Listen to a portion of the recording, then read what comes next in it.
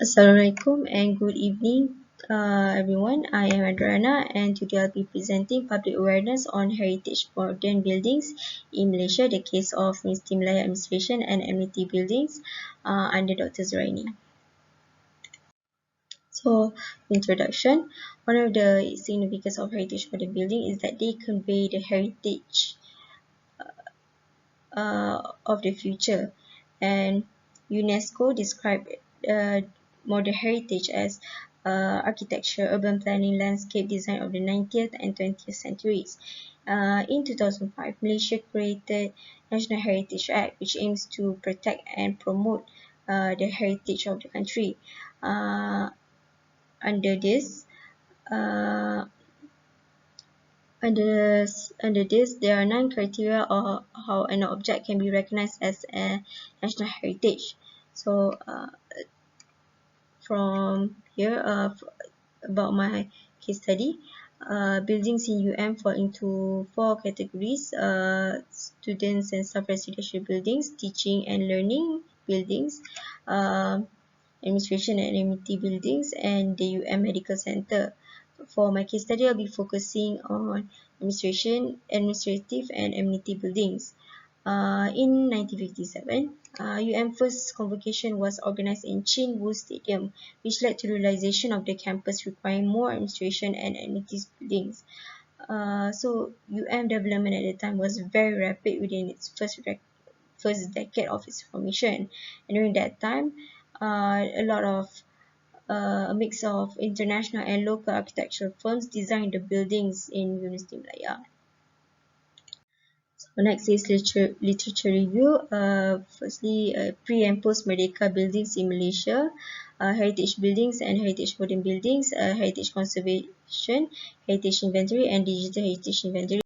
So next is problem statement. So Malaysia professes a high regard for old European cities according to Robles Cardona 2020, but many do not know that maintaining and documenting the buildings that once served their civilization is also necessary.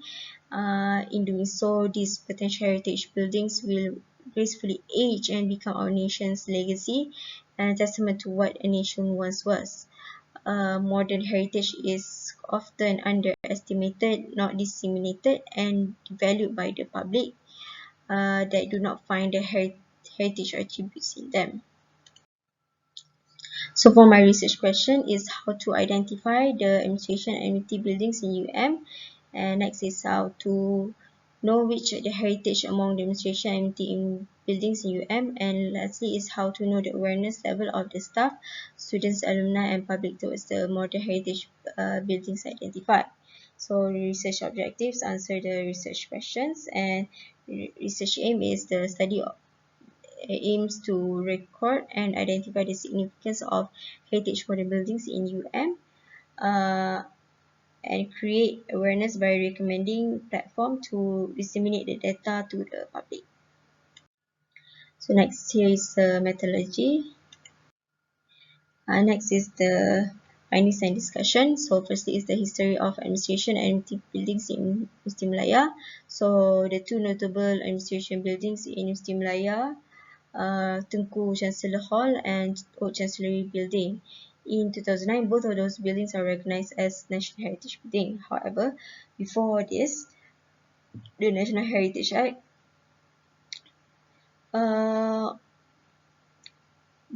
before the National Heritage Act 2005, only buildings that are above 50 years would be considered as National Heritage.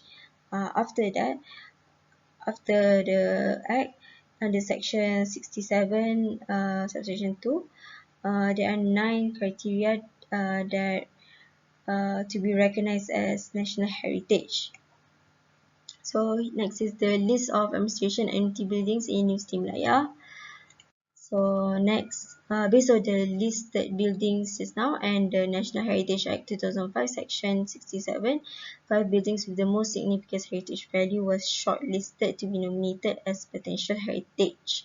So firstly is the Old Main Library, and next is the Masjid Ar-Rahman, and next buildings is Warama, Mural Ibrahim Hussein. So next is the result from the questionnaire, which is 308 respondents. the question is conducted through online platform called Google Form.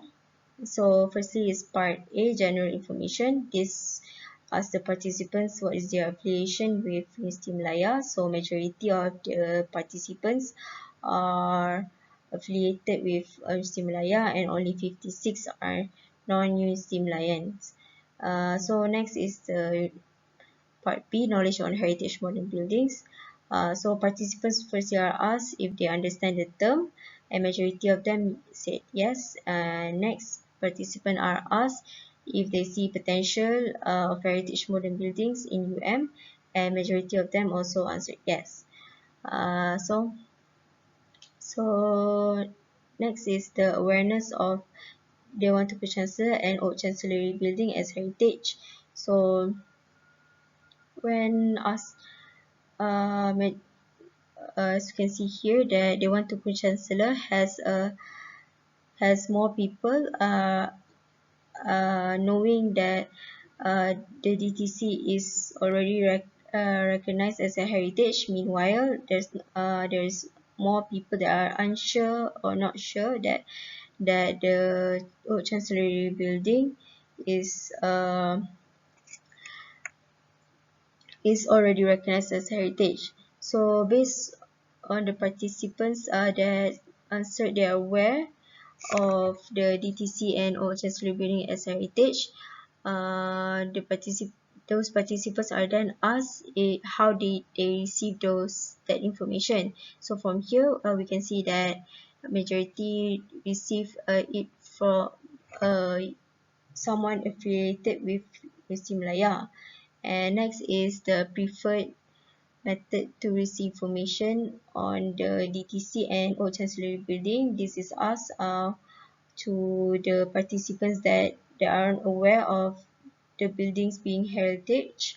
So majority of the participants answered they would like to receive the information through UM social media. So next is the buildings that has the buildings that were shortlisted just now, that the participants feel that it has the potential to be heritage modern building. So the most votes goes to the Ibrahim Hussein mural, and next is to the Old Main Library, and lastly to the annex building. And next is participants are asked the conservation approach of their selected buildings. Majority of them chose to be the building to be preserved, and meanwhile the least one is the reconstruction. So next, participants are asked the characteristic of the selected buildings based on the National Heritage Act. Majority of the participants agree that the buildings have social or cultural associations as characteristic of a heritage. And the next highest one is that the building's importance association with a relationship to Malaysian history. And next is the participants asked their opinion on why the building they did not choose should not be conserved, and majority of them answered that there are no aesthetic value. Next is the recommendations and suggestions. In this part, participants are asked what is their preferred online platform to receive information on heritage modern buildings in Malaysia. So majority of the participants answered for social media to be the most, and then next is the official inventory website. So for conclusion, there are quite a number of buildings in Malaya that has the potential to be modern heritage buildings. Majority of the public recognize the potential of buildings in UM as modern heritage. However, there is a lack of information on these types of buildings being disseminated to the public, and currently the method on how the information are being disseminated is lacking. Due to the lack of knowledge, this issue could lead to the public not understanding the significance of these modern heritage buildings. So for recommendation, there is a need for more awareness on modern heritage buildings in Malaysia. And currently, the best way to disseminate this to the public is through official heritage inventory platforms or websites which are involved by professionals in the industry, such as PAMER website, which is hosted by PAM, Pertubuhan Arkitek Malaysia, which is to ensure that the information being disseminated is factually correct and consistent. So, and based on the study, also, the public prefers to receive information on heritage modern buildings through social media. Thus, to further encourage the public awareness on heritage modern buildings, social media platforms can be used to promote official heritage inventory websites. So, that's all from me. Thank you.